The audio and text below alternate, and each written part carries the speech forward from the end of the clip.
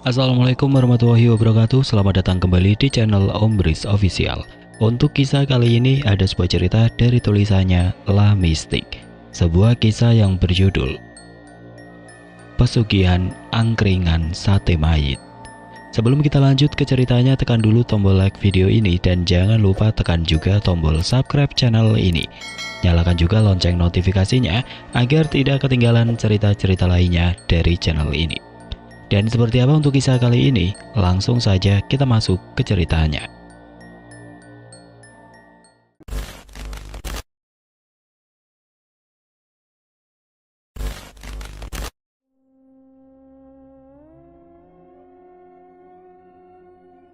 Di tengah hiruk-pikuk kota yang tidak pernah tidur, berdiri sebuah angkringan yang telah melegenda. Letaknya strategis di sudut jalan utama yang selalu dipenuhi lalu lalang kendaraan dan pejalan kaki. Sejak sore hari tempat itu sudah mulai dipadati pengunjung.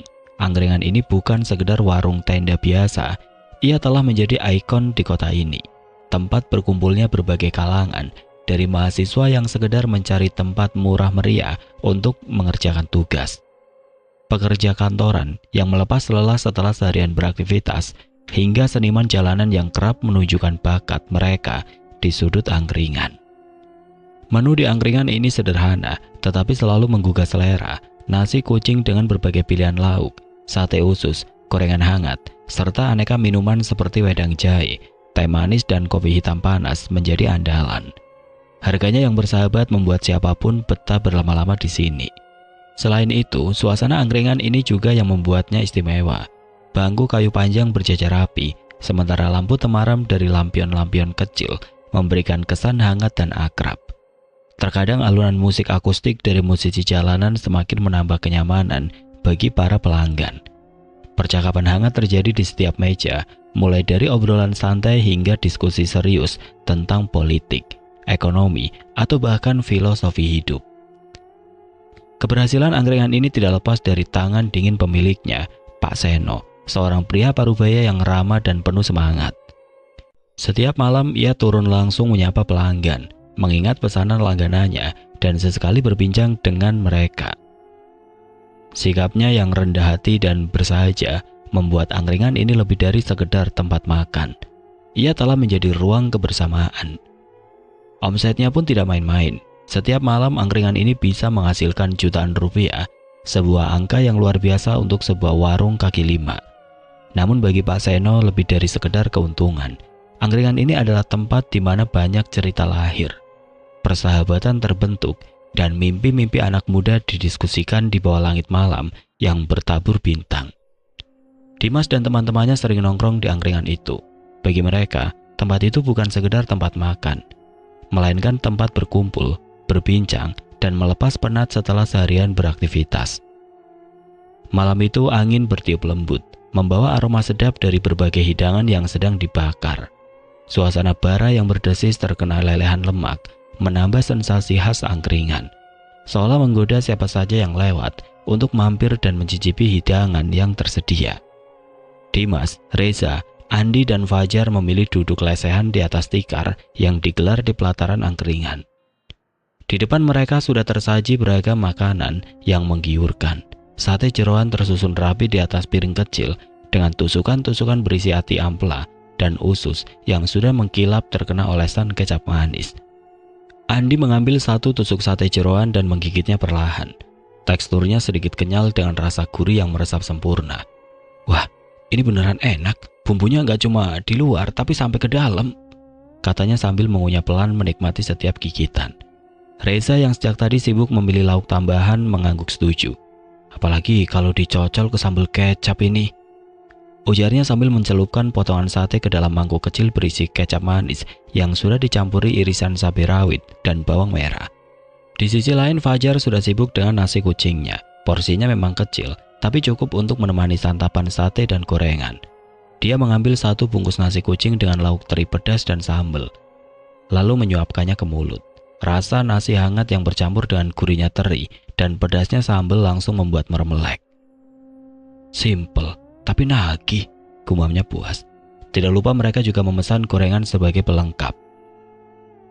Untuk mengimbangi semua kelezatan itu, mereka menyeruput wedang jahe yang masih mengepulkan uap. Ini minuman wajib kalau nongkrong di angkringan, anget, manisnya pas, dan ada rasa pedas jahenya yang bikin badan enak, ujar Dimas sambil tersenyum puas. Di antara obrolan santai dan gelak tawa, mereka terus menikmati hidangan di depan mereka. Angkringan ini memang sederhana, hanya warung tenda dengan penerangan seadanya, tetapi kehangatan suasananya tidak tergantikan. Rasa makanan yang khas dan suasana kebersamaan membuat mereka selalu ingin kembali. Setiap gigitan seolah membawa mereka ke dalam kenangan-kenangan manis yang kelak akan mereka ingat dengan penuh nostalgia. Setelah puas menikmati makan malam di angkringan, Dimas dan teman-temannya pulang ke rumah masing-masing. Malam itu terasa lebih dingin dari biasanya. Dengan langit kelam tanpa bintang, entah kenapa ada perasaan aneh yang menggelayuti hati mereka. Namun rasa kantuk yang menyerang membuat mereka tidak terlalu memikirkannya. Saat kepala mereka menyentuh bantal, sesuatu yang menyeramkan terjadi. Reza bermimpi berjalan sendirian di sebuah jalan setapak yang gelap. Di sekelilingnya hanya ada pepohonan besar yang batangnya hitam seperti hangus terbakar. Angin berdesir pelan, membawa suara bisikan yang entah dari mana datangnya. Tinggalkan sesuatu, tinggalkan sesuatu. Reza menoleh ke kiri dan kanan, tapi tidak ada siapapun. Langkahnya semakin cepat, tetapi suara bisikan itu terus mengikuti. Semakin lama semakin jelas. Tiba-tiba dari kejauhan muncul sosok perempuan berbaju putih dengan rambut panjang berantakan menutupi wajahnya. Dia berdiri diam, tubuhnya sedikit bergoyang seperti boneka yang digantung di angin. Reza menahan nafas, lalu dalam sekejap perempuan itu berlari ke arahnya dengan kecepatan yang tidak wajar. "Jangan ikuti aku!" Reza berteriak panik dan berlari sekencang-kencangnya, tetapi makin dia berlari semakin dekat suara nafas berat perempuan itu di belakangnya, hingga akhirnya tangan dingin mencengkeram bahunya. Reza terbangun dengan keringat dingin, tubuhnya gemetar hebat. Andi juga bermimpi yang sama, ia berada di sebuah warung angkringan yang kosong. Semua lampu temaram dan suara malam terdengar begitu mencekam. Hanya ada satu orang di sana. Seorang perempuan berbaju putih duduk di bangku kayu membelakanginya. Punggung perempuan itu bergerak naik turun, seolah sedang terisak. Andi menelan ludah. "Mbak, kenapa nangis?" Tidak ada jawaban. Dia memberanikan diri untuk melangkah mendekat, tetapi begitu kakinya hanya berjarak 1 meter darinya, perempuan itu tiba-tiba berhenti menangis. Perlahan kepalanya menoleh. Tapi bukan ke kanan atau ke kiri. Kepalanya menoleh ke belakang berputar 180 derajat. Matanya hitam pekat tanpa bola mata dan mulutnya sobek lebar hingga ke pipi, memperlihatkan gigi-gigi tajam yang tidak beraturan. Andi tidak bisa bergerak, badannya kaku seperti tertanam di tanah.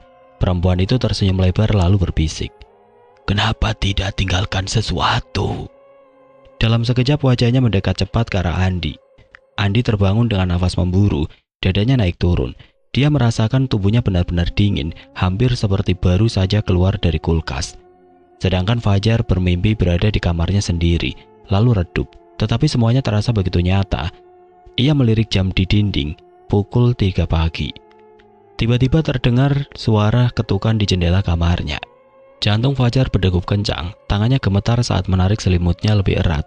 Dengan enggan, dia menoleh ke arah jendela. Di balik kaca terlihat sosok perempuan berbaju putih berdiri diam, rambutnya acak-acakan menutupi wajahnya. Tetapi sesuatu yang lebih menyeramkan membuat Fajar hampir menjerit. Tangannya memiliki jari yang panjang dan kurus dengan kuku hitam yang tajam. Dan perlahan jari-jari itu mulai mengetuk kaca, lebih keras, lebih cepat dan lebih liar. Kaca bergetar dan tiba-tiba perempuan itu menempelkan wajahnya di jendela. Wajahnya pucat, matanya hanya rongga hitam yang dalam, dan bibirnya berlumuran darah. "Fajar, kamu lupa sesuatu." Fajar ingin berteriak tetapi suaranya tidak keluar. Dia ingin bangun, tetapi tubuhnya terasa berat. Sosok itu mulai merangkak naik ke jendela seperti laba-laba, kukunya mencakar kaca hingga menimbulkan suara mengerikan. Saat perempuan itu hampir membuka jendela, Fajar terbangun dengan keringat bercucuran. Tubuhnya menggigil, dia benar-benar ingin menangis. Ketiga teman Dimas itu langsung mengirim pesan ke grup WhatsApp dengan tangan gemetar. "Bro, gua mimpi serem banget, ada perempuan putih yang ngejar gua." "Gua juga, mukanya hancur dan kepalanya bisa muter," balas Andi. Melihat dua pesan temannya, Fajar pun ikut membalas. Bro, dia ada di jendela gua semalam. Ini bukan cuma mimpi kan? Dimas membaca pesan itu sambil menelan ludah. Pagi itu Dimas terbangun dengan perasaan gelisah. Semalam, grup WhatsApp mereka dipenuhi cerita mimpi buruk yang dialami Reza, Andi, dan Fajar. Ketiganya bermimpi dikejar oleh sosok perempuan berbaju putih yang menyeramkan, seolah ingin menerkam mereka.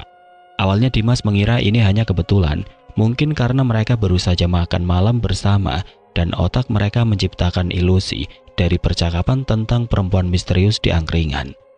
Namun saat ia membuka ponselnya, matanya membelalak. Grup WA mereka penuh dengan pesan-pesan yang membuat bulu kuduknya berdiri. Bro, gua nggak enak badan, demam tinggi, badan gua lemes banget, keluh Reza. Sama, kepala gua pusing parah, badan juga dingin. Gua nggak bisa bangun dari tempat tidur, badan gua sakit semua, tambah Fajar. Dimas mengernyit, ini bukan kebetulan. 3 orang mengalami mimpi buruk yang sama, lalu bangun dalam kondisi sakit parah. Ada sesuatu yang janggal. Tanpa berpikir panjang, Dimas segera mengenakan jaket dan bergegas ke kos-kosan Reza yang paling dekat dari tempatnya. Sesampainya di sana, ia melihat bapak kos Reza sedang duduk di teras dengan wajah cemas. Pak, Reza katanya sakit. Bapak sudah tahu? Tanya Dimas dengan nafas sedikit tersegal. Ayah Reza menghela nafas panjang. Dari pagi dia mengeluh demam tinggi, badannya dingin, tapi dia berkeringat terus, katanya semalam dia mimpi buruk. Dimas langsung masuk ke kamar Reza dan menemukan sahabatnya terbaring di kasur dengan wajah pucat pasi, matanya sayu, tubuhnya tampak menggigil meskipun ia sudah berselimut tebal. Lo kenapa bro? Tanya Dimas mendekati Reza. Reza membuka matanya dengan lemah. Gua nggak tahu, rasanya kayak ada yang neken badan gua, kepala gua berat banget. Dimas menelan ludah, perasaan tidak enak semakin kuat. Segera setelah itu ia menelpon Andi dan Fajar. Setelah mendengar suara mereka di telepon, ia makin yakin bahwa sesuatu yang tidak wajar sedang terjadi. Suara mereka sama-sama terdengar lemah penuh kesakitan. Dimas pun akhirnya mengajak ayah Reza untuk membawa ketiga temannya ke rumah sakit. Dengan susah payah, mereka mengangkat tubuh Reza ke dalam mobil, lalu bergegas menjemput Andi dan Fajar yang juga dalam kondisi sama. Dalam perjalanan, Dimas hanya bisa diam dengan pikiran berkecamuk. Apa yang sebenarnya terjadi? Apakah ini ada hubungannya dengan perempuan tua di angkringan? Atau ada sesuatu yang kami lakukan tapi tidak kami sadari? Sesampainya di rumah sakit, para perawat segera membawa Reza, Andi, dan Fajar ke ruang pemeriksaan. Dimas menunggu di luar dengan perasaan was-was. Ia mondar-mandir di lorong rumah sakit, menunggu kabar dari dokter. Setelah hampir 1 jam, akhirnya seorang dokter keluar dari ruang pemeriksaan dengan ekspresi bingung. Dimas ya? Dimas segera menghampiri. Iya dok, gimana keadaan mereka? Dokter itu tampak ragu sejenak sebelum menjawab. Secara medis, kami tidak menemukan penyakit apapun. Tidak ada tanda-tanda infeksi, tidak ada kelainan di darah mereka, tekanan darah normal, semuanya baik-baik saja. Dimas mengernyit. Tapi dok, mereka demam tinggi, badan lemas, bahkan gak bisa bangun dari tempat tidur. Dokter menghela nafas. Saya juga heran, secara medis mereka sehat, tapi mereka mengeluhkan kelelahan ekstrim dan rasa sakit di seluruh tubuhnya. Jika kondisinya tidak membaik, mungkin ini ada hubungannya dengan faktor psikologis. Dimas terdiam. Ia tidak bisa menerima penjelasan itu. Ini bukan sekedar stres atau kelelahan. Ini sesuatu yang lebih dari itu. Dimas benar-benar tidak bisa tenang setelah kejadian di rumah sakit tadi. Suara ketukan di jendela, bisikan misterius, dan sosok menyeramkan yang mereka lihat tadi bukanlah hal yang bisa dibiarkan begitu saja. Ditambah lagi dokter tidak menemukan penyakit apapun pada Reza, Andi, dan Fajar, tetapi kondisi mereka semakin melemah. Dengan penuh pertimbangan, Dimas akhirnya memutuskan membawa ketiga temannya ke kosannya. Ia berpikir mungkin jika mereka berada di tempat yang lebih akrab, mereka bisa merasa lebih nyaman dan cepat pulih. Dengan bantuan ayah Reza, mereka membawa ketiga temannya keluar dari rumah sakit dan langsung menuju kos-kosan Dimas. Namun sejak memasuki gerbang kos, perasaan aneh kembali muncul. Malam itu terasa lebih sunyi dari biasanya, hanya suara gesekan dedaunan yang tertiup angin yang terdengar samar-samar. Dimas merasa dadanya semakin sesak, tetapi ia berusaha mengabaikannya. Yang terpenting sekarang adalah memastikan ketiga temannya bisa beristirahat dengan tenang. Setelah masuk ke kamar, Dimas segera menyiapkan tempat tidur. Ia membiarkan Reza tidur di kasurnya, sementara Andi dan Fajar tidur di kasur lipat yang ia gelar di lantai. Meskipun mereka masih tampak lemas, setidaknya kini mereka bisa berbaring dengan lebih nyaman.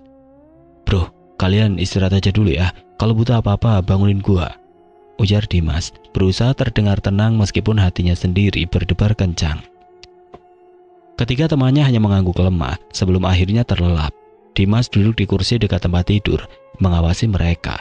Ia berpikir untuk tetap terjaga, tetapi rasa lelah mulai merayapi tubuhnya. Tanpa sadar ia pun ikut terlelap dengan ponsel masih tergenggam di tangannya. Entah sudah berapa lama Dimas tertidur, tetapi ia tiba-tiba terbangun karena suara rintihan pelan. Matanya yang masih mengantuk langsung terbuka lebar saat mendengar suara itu berasal dari tempat tidur. Reza, Andi, dan Fajar mulai mengigau. "Jangan, tolong, jangan kejar aku." Suara Andi bergetar di antara gumaman tidurnya. Fajar lebih parah, tubuhnya menggeliat gelisah seperti seseorang yang sedang berusaha kabur dari sesuatu. Nafasnya memburu dan keringat deras mengalir di dahinya. Namun yang paling mengerikan adalah Fajar. Dalam tidurnya ia tiba-tiba mengangkat kedua tangannya dan mencekik lehernya sendiri. Dimas terperajat, kedua mata Fajar tetap tertutup, tetapi tangannya mencengkram lehernya sendiri dengan kuat, seolah ada sesuatu yang sedang berusaha mencekiknya dari alam mimpi. "Fajar, bro, bangun bro." Dimas langsung berlari dan mengguncang tubuh sahabatnya. Tapi Fajar justru semakin erat mencengkram lehernya, bibirnya bergerak-gerak seolah ingin berteriak, tetapi tidak ada suara yang keluar. Dimas panik, dengan cepat ia menampar pipi Fajar berkali-kali. "Fajar, sadar bro, bangun." Tidak hanya Fajar, Reza dan Andi juga mulai menggeliat lebih keras, mulut mereka menggumam sesuatu yang tidak jelas. Tetapi suaranya terdengar seram, seperti suara seseorang yang sedang tersedak dalam ketakutan. Dimas mengguncang tubuh mereka satu persatu, hingga akhirnya ketiganya terbangun bersamaan. Saat mereka membuka mata, wajah mereka tampak kosong. Mata mereka melotot tanpa ekspresi, seperti orang yang tidak sepenuhnya sadar dari tidur. "Reza, Andi, Fajar, sadar bro, ini gua Dimas." Ketiganya tidak langsung merespon, mereka hanya duduk diam dengan nafas tersegal-segal, tatapan mereka kosong ke arah dinding. Dimas merasa dadanya semakin sesak, ia mencoba mengguncang bahu Fajar dengan lebih kuat. "Bro, sadar. Ini udah bangun, lo gak apa-apa kan?" Fajar akhirnya berkedip beberapa kali, lalu menoleh ke arah Dimas dengan mata yang mulai fokus.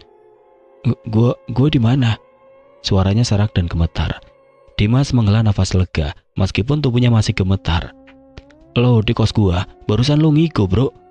Lo tadi mencekik leher lo sendiri." Fajar mengerutkan kening, lalu perlahan mengusap lehernya. Matanya membelalak saat ia merasakan bekas merah di kulitnya sendiri. Reza dan Andi juga mulai sadar sepenuhnya. Tatapan mereka yang kosong kini mulai dipenuhi ketakutan. Gua mimpi buruk lagi," ujar Andi dengan suara bergetar. Reza mengangguk cepat. Gue juga, dan itu mimpi yang sama, perempuan berbaju putih itu." Fajar tampak semakin pucat. "Dia ada di belakang gua. Gue bisa ngerasain nafasnya di tengkuk gua. Dia ketawa terus bilang sesuatu." Dimas menelan ludah. "Dia bilang apa?" Fajar memejamkan matanya, tubuhnya gemetar. "Kalian sudah mengambil sesuatu yang bukan milik kalian." Ruangan seketika menjadi sunyi. Angin malam berdesir melalui celah jendela yang sedikit terbuka. Dimas bisa merasakan bulu kuduknya berdiri. Apa maksud dari kata-kata itu? Apa yang telah mereka ambil? Dan yang lebih penting lagi, apa yang sebenarnya mengincar mereka? Malam semakin larut, tetapi keadaan Reza, Andi, dan Fajar justru semakin memburuk. Wajah mereka semakin pucat, keringat mengalir deras dan nafas mereka tersegal-segal. Dimas benar-benar panik. Sejak tadi tubuh mereka menggigil hebat, seolah-olah ada sesuatu yang menggerogoti energi mereka dari dalam. Bahkan Reza mulai merintih kesakitan sambil memegangi dadanya. Gua gak kuat, Dim." Suaranya terdengar lirih dan penuh penderitaan. Dimas tidak bisa tinggal diam. Ia merasa ini bukan lagi sekedar sakit biasa. Ini bukan demam atau kelelahan. Ini sesuatu yang lebih gelap, sesuatu yang tidak bisa dijelaskan dengan logika. Ia harus melakukan sesuatu sebelum semuanya terlambat. Lalu tiba-tiba teringat satu tempat. masjid dekat kosannya. Malam ini masjid itu sedang mengadakan pengajian. Ia sering melihat beberapa ustadz dan jemaah berkumpul untuk membaca Al-Quran dan berzikir bersama.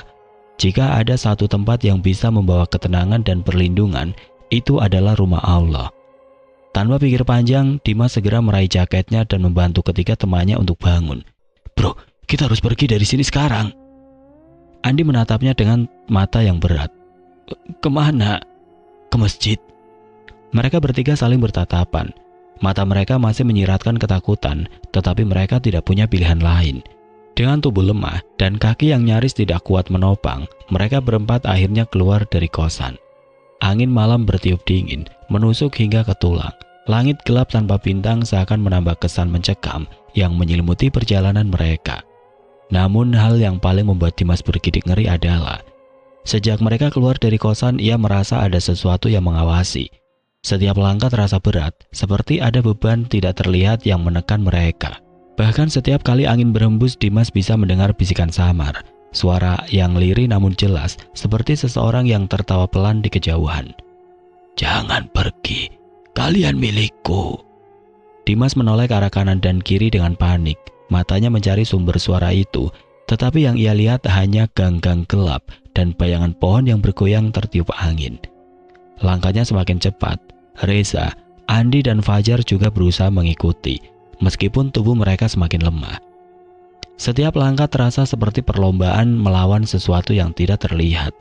Akhirnya setelah berjalan beberapa menit yang terasa seperti berjam-jam, mereka tiba di masjid. Cahaya dari dalam masjid menyambut mereka, memberikan sedikit ketenangan. Suara lantunan ayat suci Al-Quran terdengar menggema dari dalam, memberikan rasa aman yang sejenak menghapus ketakutan mereka. Begitu masuk, Dimas segera mencari seseorang yang bisa mereka mintai bantuan. Matanya langsung tertuju pada seorang ustadz yang sedang duduk bersama beberapa jemaah, mendengarkan kajian yang masih berlangsung. Tanpa ragu, Dimas berjalan tergesa-gesa ke arah mereka. "Ustadz, maaf mengganggu, saya butuh bantuan." Suaranya bergetar, nafasnya masih terengah-engah. Ustadz yang tengah berbicara langsung menghentikan kajian dan menatap Dimas dengan wajah heran. Beberapa jemaah lain juga mulai memperhatikan mereka. "Ada apa, nak?" tanya sang ustadz dengan tenang. Dimas menoleh ke arah Reza, Andi, dan Fajar yang kini duduk terkulai di lantai masjid. Nafas mereka semakin berat dan tubuh mereka tampak lebih lemah dari sebelumnya. Dimas menelan ludah lalu menceritakan semuanya. Tentang angkringan malam itu, tentang mimpi buruk yang mereka alami, tentang bagaimana ketiga temannya sakit tanpa sebab yang jelas, tentang bisikan-bisikan aneh dan ketukan di jendela rumah sakit. Selama Dimas berbicara, wajah sang ustadz semakin serius, matanya tajam, seakan memahami sesuatu yang tidak bisa dilihat oleh orang biasa. Setelah Dimas selesai bercerita, ustadz itu menarik nafas panjang. Lantunan ayat suci menggema di dalam masjid, mengguncang kesunyian malam. Sang ustadz duduk bersila di hadapan Reza, Andi, dan Fajar yang kini tampak semakin lemah.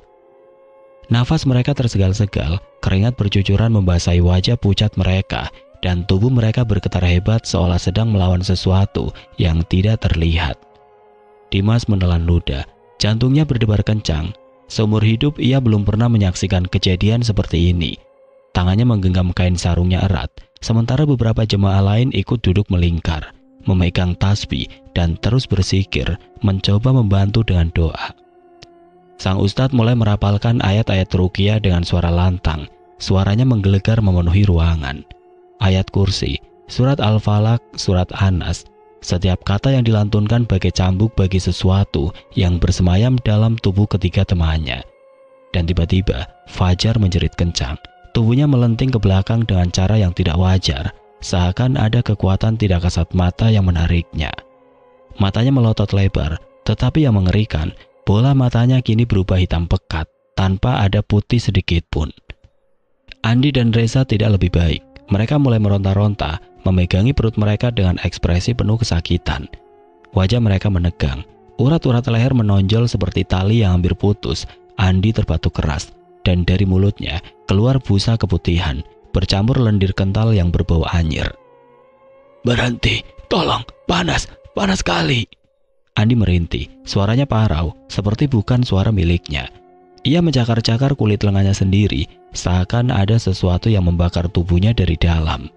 Kukunya yang pendek mulai melukai kulitnya, meninggalkan garis-garis merah yang semakin lama semakin dalam. Reza yang sejak tadi menggigit bibirnya tiba-tiba menjerit memilukan.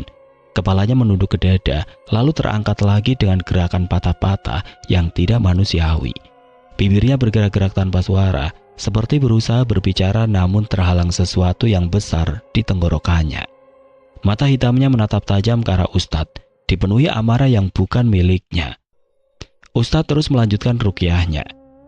Tangannya kini diletakkan di atas kepala masing-masing dari mereka. Ia mulai membacakan surat Al-Baqarah, semakin meninggikan suaranya. Astagfirullah, bisik seorang jemaah dengan suara gemetar. Fajar mengerang keras, tubuhnya berkedut liar, seolah ada arus listrik yang mengaliri dalam darahnya. Tangan dan kakinya kejang-kejang, kemudian melipat dengan posisi yang mustahil dilakukan oleh manusia biasa. Punggungnya melengkung ke belakang, hampir membentuk busur, lalu jatuh terjerembab ke lantai dengan suara berdebum. Tiba-tiba dari mulutnya keluar suara tawa nyaring. Bukan suara Fajar, tapi suara yang dalam dan bergema, seakan berasal dari tempat yang jauh dan gelap. Kalian tidak akan bisa mengusir kami. Suara itu berbisik penuh ejekan dan kebencian. Ustadz tidak terpengaruh, ia justru semakin mengeraskan suaranya, melafalkan ayat-ayat suci dengan penuh kekhusyuan. Jamaah semakin kuat berzikir, suara mereka menyatu dalam lantunan doa yang menggema di seluruh masjid. Tiba-tiba Reza memuntahkan sesuatu. Cairan kental hitam pekat keluar dari mulutnya, mengeluarkan bau busuk yang menusuk hidung. Dimas menutup hidungnya dengan sarung. Beberapa jemaah langsung mundur, mual melihat pemandangan menjijikan itu. Namun itu belum seberapa. Andi dan Fajar juga mulai muntah-muntah. Bukan hanya cairan hitam, tetapi sesuatu yang lebih mengerikan, gumpalan daging. Terlihat seperti sate-sate yang mereka makan di angkringan malam itu, tetapi kini warnanya pucat keabu-abuan, seperti daging yang sudah membusuk. Mata Dimas melebar, perutnya mual, nyaris ikut muntah melihat hal itu. Ya Allah! Bisik salah satu jamaah, wajahnya pucat pasi. Dimas merasa sekujur tubuhnya membeku. Bagaimana mungkin daging yang mereka makan semalam masih ada di dalam tubuh mereka dalam bentuk yang nyaris utuh. Fajar terus muntah hingga tubuhnya bergetar hebat. Tangan dan kakinya menegang, urat-uratnya menonjol. Namun yang paling mengerikan adalah dari mulutnya keluar suara tawa kecil. Bukan suara Fajar, suara itu melengking, terdengar seperti suara perempuan yang terdistorsi, seperti berasal dari dunia berbeda. Kalian pikir bisa lepas? Dimas langsung mundur beberapa langkah. Tidak, itu bukan suara Fajar, itu sesuatu yang lain. Ustadz segera merapatkan telapak tangannya ke kepala Fajar, menekan lebih kuat. Ia melanjutkan ruqyahnya. Kini suaranya lebih lantang, lebih penuh kekuatan. Dan saat itu juga, ketiga temannya menjerit bersamaan. Tubuh mereka melenting ke belakang kejang-kejang hebat. Salah satu jamaah perempuan di belakang menutup mulutnya, menangis ketakutan. Beberapa jamaah pria menundukkan kepala, semakin kencang berzikir, meminta perlindungan Allah. Dimas merasa air matanya hampir keluar. Ia ingin menolong teman-temannya, tetapi ia tidak tahu harus berbuat apa. Fajar menggigit bibirnya sampai berdarah. Andi mencakar lantai dengan tangannya hingga kuku-kukunya hampir patah, dan Reza mulai mencakar lehernya sendiri, seolah ingin mengeluarkan sesuatu dari dalam tubuhnya. Ustadz menekan kening mereka lebih keras. Keluarlah atas nama Allah. Kau tidak punya tempat di sini, kembalilah ke tempatmu. Fajar kembali menjerit, tetapi kali ini suaranya berubah, lebih berat dan lebih dalam. Aku tidak akan pergi. Dimas tersentak, itu bukan suara Fajar, itu suara lain. Ustadz tidak menyerah, ia terus membaca ayat-ayat suci dengan lebih lantang, dan akhirnya, prak, ketiga temannya jatuh tersungkur ke lantai. Sunyi, hanya suara nafas mereka yang tersegal dan isak tangis kecil dari beberapa jamaah yang masih syok dengan apa yang baru saja terjadi. Dimas langsung berlari ke arah mereka.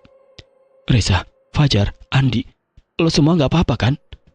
Mereka tidak langsung menjawab, mata mereka terbuka tetapi terlihat kosong, seolah masih tersisa sisa-sisa ketakutan yang mendalam dalam benak mereka. Beberapa jamaah membantu mereka duduk. Tubuh mereka gemetar, wajah mereka masih penuh ketakutan. Sang ustadz mengusap kepala masing-masing, membaca doa dengan suara lembut. Sudah nak, insya Allah mereka sudah tidak mengganggumu lagi. Dimas menghela nafas berat, air mata akhirnya jatuh dari matanya. Suasana di dalam masjid masih terasa mencekam. Beberapa jamaah yang tadi ikut membantu Ruqyah kini duduk terdiam. Wajah mereka masih menyiratkan ketakutan dan ketidakpercayaan terhadap apa yang baru saja terjadi. Reza, Andi, dan Fajar masih terduduk lemas. Wajah mereka pucat dan tubuh mereka gemetar. Nafas mereka tersegal, seolah habis berlari dari sesuatu yang mengerikan.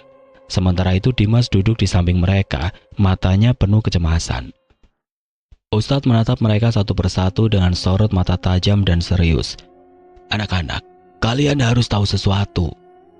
Dimas menelan ludah. Ada sesuatu dalam nada suara sang ustadz yang membuatnya tidak nyaman. Seakan apa yang akan dikatakan berikutnya adalah sesuatu yang jauh lebih mengerikan daripada yang mereka bayangkan. Daging yang kalian muntahkan tadi bukan daging biasa. Itu adalah daging manusia. Ruangan terasa sunyi. Dimas bisa merasakan udara di sekitarnya seolah membeku. Reza terbelalak. Apa Ustadz? Maksud Ustadz, kami makan daging mayat.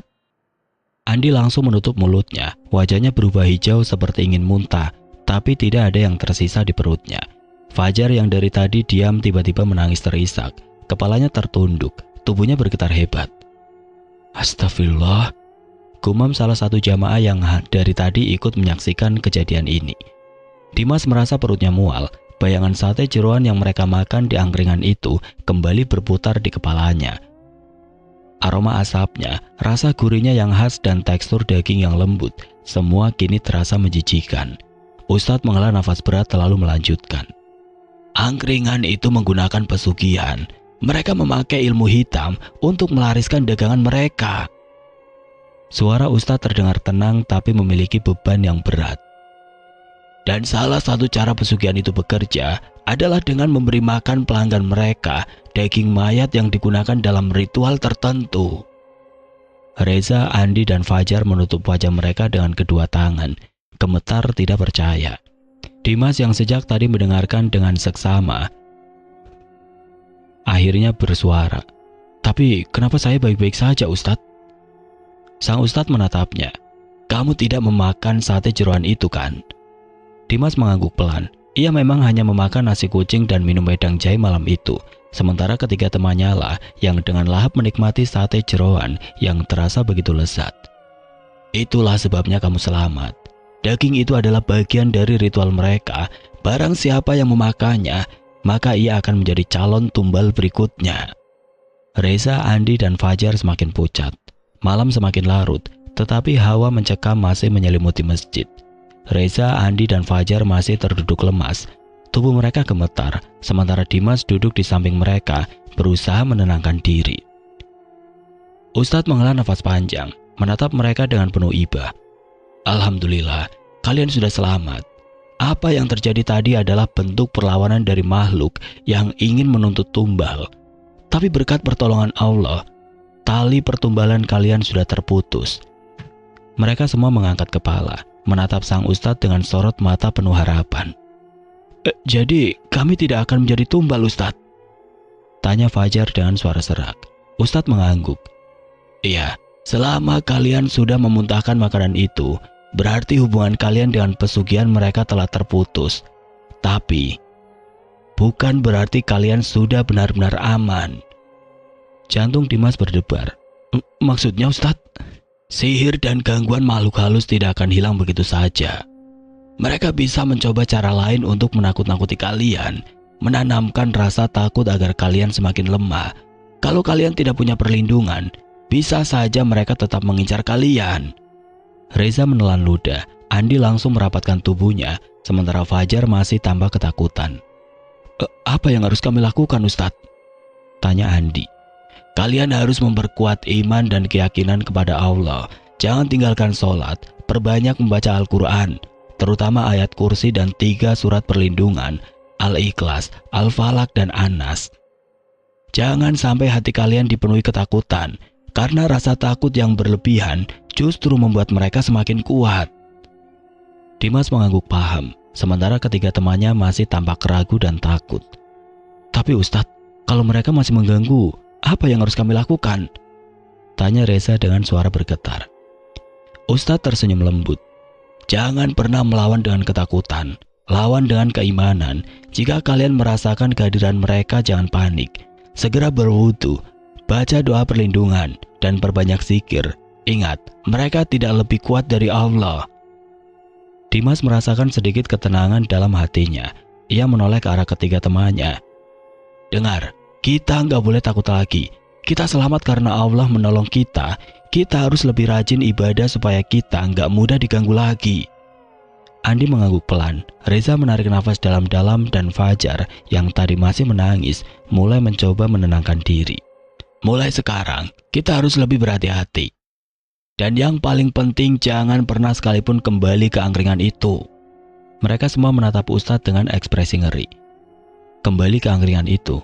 Tidak akan pernah lagi. Malam itu mereka pulang dengan hati yang masih penuh ketakutan, tapi juga dengan harapan bahwa mereka bisa melewati semua ini.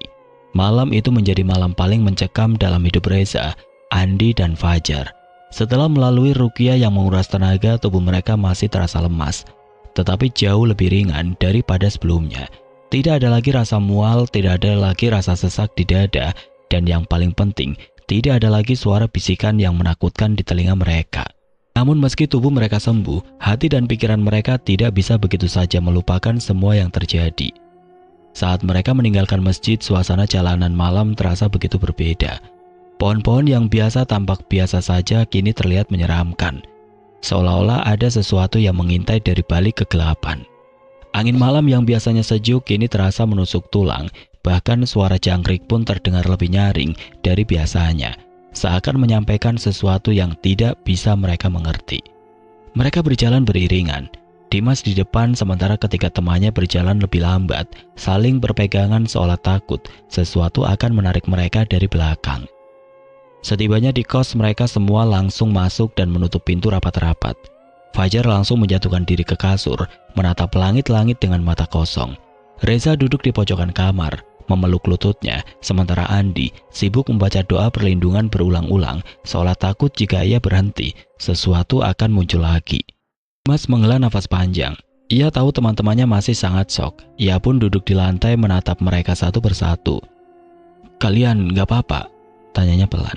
Reza mengangkat wajahnya, matanya memerah seperti orang yang baru saja menangis. "Gua benar-benar gak nyangka kita bakal ngalamin kayak gini, Mas." Andi mengangguk. "Gua pikir tadi kita bakal mati." Suaranya serak, masih terdengar ketakutan. Fajar tiba-tiba bergumam pelan. "Itu semua karena angkringan sialan itu." Semua terdiam. Ya, angkringan itu. Mereka tidak akan pernah lupa. Bagaimana aroma sate jeroan yang menggoda mereka malam itu, bagaimana rasanya yang begitu enak, sampai mereka tidak bisa berhenti makan. Dan bagaimana akhirnya, mereka baru menyadari bahwa yang mereka makan bukanlah makanan biasa. "Lo tahu nggak?" Reza bersuara, suaranya gemetar. "Sekarang kalau gue kepikiran sate itu, rasanya kayak masih ada tenggorokan gue, kayak ada sesuatu yang nggak bisa gue keluarkan." Fajar menutup matanya erat-erat. "Gue nggak bakal makan sate lagi seumur hidup." Andi menelan ludah. "Bukan cuma sate, gue nggak mau lagi makan di tempat yang gue nggak tahu asal-usul makanannya." Dimas bisa melihat dengan jelas betapa trauma mereka. Sejak kejadian itu mereka tidak hanya takut dengan angkringan itu, mereka takut dengan makanan yang tidak jelas sumbernya. "Apa menurut lo, kita masih bakal diganggu?" tanya Andi dengan suara pelan. Dimas menggeleng. "Kata Ustadz, kita udah muntahin makanan itu, berarti tali pertumbalan udah putus. Kita bakal baik-baik saja." "Tapi kenapa gue masih merasa dia masih ada?" bisik Reza. Suasana di kamar kembali sunyi. Mereka semua masih bisa merasakan hawa aneh yang sepertinya masih mengintai mereka. "Sudahlah, mulai sekarang kita harus lebih hati-hati. Yang penting kita rajin ibadah, jangan pernah jauh dari Allah. Itu satu-satunya cara supaya kita nggak gampang diganggu lagi." Ketiga temannya mengangguk pelan. Mereka tahu, ini bukan hanya soal angkringan itu lagi, ini soal bagaimana mereka harus berubah. Malam itu mereka semua tidur dalam keadaan lampu menyala terang. Tidak ada yang berani memejamkan mata terlalu lama, takut jika mereka kembali bermimpi buruk seperti sebelumnya. Mereka kapok, sangat kapok, dan satu hal yang pasti, mereka tidak akan pernah kembali ke angkringan itu. Tidak peduli seberapa enak masakan di sana, tidak peduli seberapa ramai orang yang datang.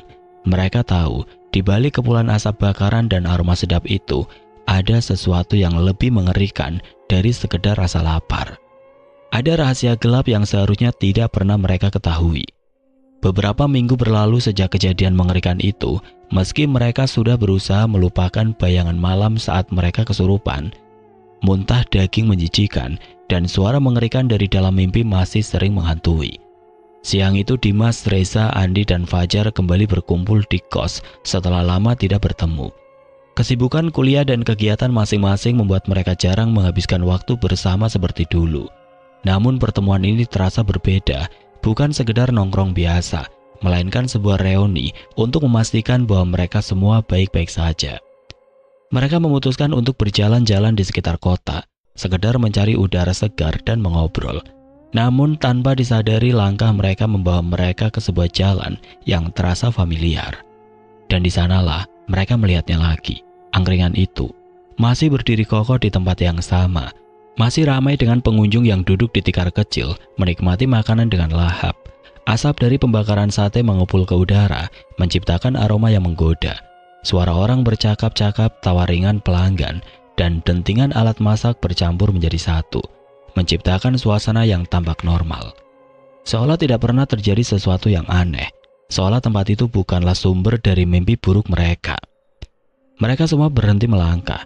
Dimas menelan ludah, Reza dan Andi saling bertatapan. Sementara Fajar langsung menggenggam erat tangannya sendiri, seolah berusaha menahan sesuatu dalam dirinya. "Masih ramai ya?" gumam Reza pelan. Tidak ada yang menanggapi, mereka semua sibuk dengan pikiran masing-masing. Andi menghela nafas berat. "Gua nggak habis pikir, kok orang-orang masih saja makan di situ?" Dimas menggeleng pelan. "Mereka nggak tahu, dan mungkin mereka juga nggak akan pernah tahu." Fajar tiba-tiba melangkah mundur. "Gua nggak mau di sini lama-lama." "Serius, kita pergi saja." Mereka semua setuju. Tanpa berkata apa-apa lagi, mereka segera berbalik arah, meninggalkan tempat itu sejauh mungkin. Sejak kejadian itu, mereka tidak hanya kapok makan di angkringan itu, mereka mulai merasa curiga setiap kali melihat tempat makan yang terlalu ramai, apalagi jika makanannya terasa terlalu enak. Saat melewati warung-warung lain, mereka saling bertatapan dengan raut wajah penuh kehati-hatian. "Apa mungkin?" Reza ragu-ragu sebelum melanjutkan. "Ada tempat makan lain yang juga pakai cara kayak gitu?" Dimas tidak langsung menjawab. Fajar menggigit bibirnya lalu berkata pelan, "Gua harap enggak." Sejak kejadian itu, mereka menjadi jauh lebih berhati-hati dalam memilih tempat makan. Tidak ada lagi sembarang mampir ke warung kaki lima atau angkringan tanpa memastikan terlebih dahulu apakah tempat itu benar-benar aman. Mereka lebih memilih makan di tempat yang sudah mereka kenal baik atau lebih sering memasak sendiri di kos. Meski mereka tidak pernah lagi mengalami gangguan seperti sebelumnya, trauma itu masih ada. Kadang-kadang saat mereka sedang makan, rasa takut muncul begitu saja. Bagaimana kalau makanan ini bukan seperti yang mereka kira? Bagaimana kalau ada sesuatu yang disembunyikan dari mereka? Namun, di balik semua ketakutan itu, ada satu hal yang mereka syukuri. Sejak kejadian itu, mereka lebih sering ikut pengajian di masjid dan semakin mendekatkan diri kepada Allah. Setiap malam Jumat, mereka menyempatkan diri membaca surat Yasin bersama. Mereka mulai lebih rajin sholat 5 waktu di masjid, mendengarkan ceramah, dan memperdalam pemahaman agama mereka. Bukan hanya untuk menjaga diri dari gangguan makhluk halus, tapi juga karena mereka sadar bahwa hanya Allah yang bisa benar-benar melindungi mereka. Hidup mereka berubah. Tidak ada lagi nongkrong larut malam tanpa tujuan. Tidak ada lagi asal makan di tempat yang mencurigakan. Tidak ada lagi kebiasaan malas-malasan dalam beribadah. Mereka tahu, dunia ini lebih luas dari yang terlihat. Ada hal-hal yang tidak bisa dijelaskan dengan akal. Dan jika mereka tidak menjaga diri, bukan tidak mungkin mereka akan mengalami kejadian serupa lagi. Dimas tersenyum tipis saat melihat ketiga temannya yang kini lebih banyak berbicara soal agama dibandingkan obrolan ringan yang biasa mereka lakukan dulu. Mungkin kejadian itu adalah peringatan, mungkin kejadian itu adalah teguran. Yang jelas, mereka tidak akan pernah melupakannya, dan mereka tidak akan pernah membiarkan diri mereka terjerumus ke dalam bahaya yang sama lagi.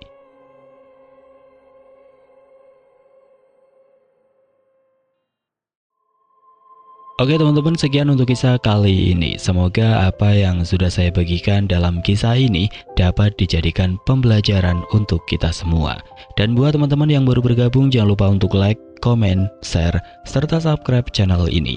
Dan jangan lupa nyalakan juga lonceng notifikasinya agar tidak ketinggalan cerita-cerita lainnya. Dan akhir kata, wassalamualaikum warahmatullahi wabarakatuh.